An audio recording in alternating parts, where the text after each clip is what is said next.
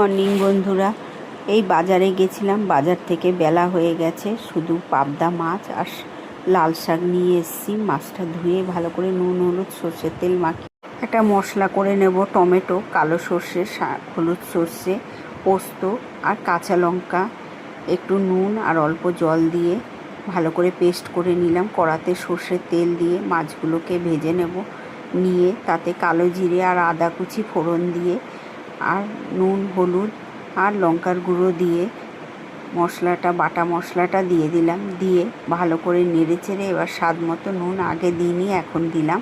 তারপর জল দিলাম। ঝোল ফুটলে পাবদা মাছটা দিয়ে ধনেপাতা কাঁচা লঙ্কা দিয়ে নামিয়ে নেব।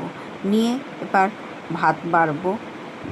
তার আগে মাছটা ঢেলে নিলাম। নিয়ে এবার ভাত, পোস্ত আর ভাজা বাদাম দিয়ে লাল শাক ভাজা, পাবদা মাছ এই দিয়েই দুপুরের খাওয়াটা সেরে ফেললাম। ভিডিওটা দেখার জন্য ধন্যবাদ।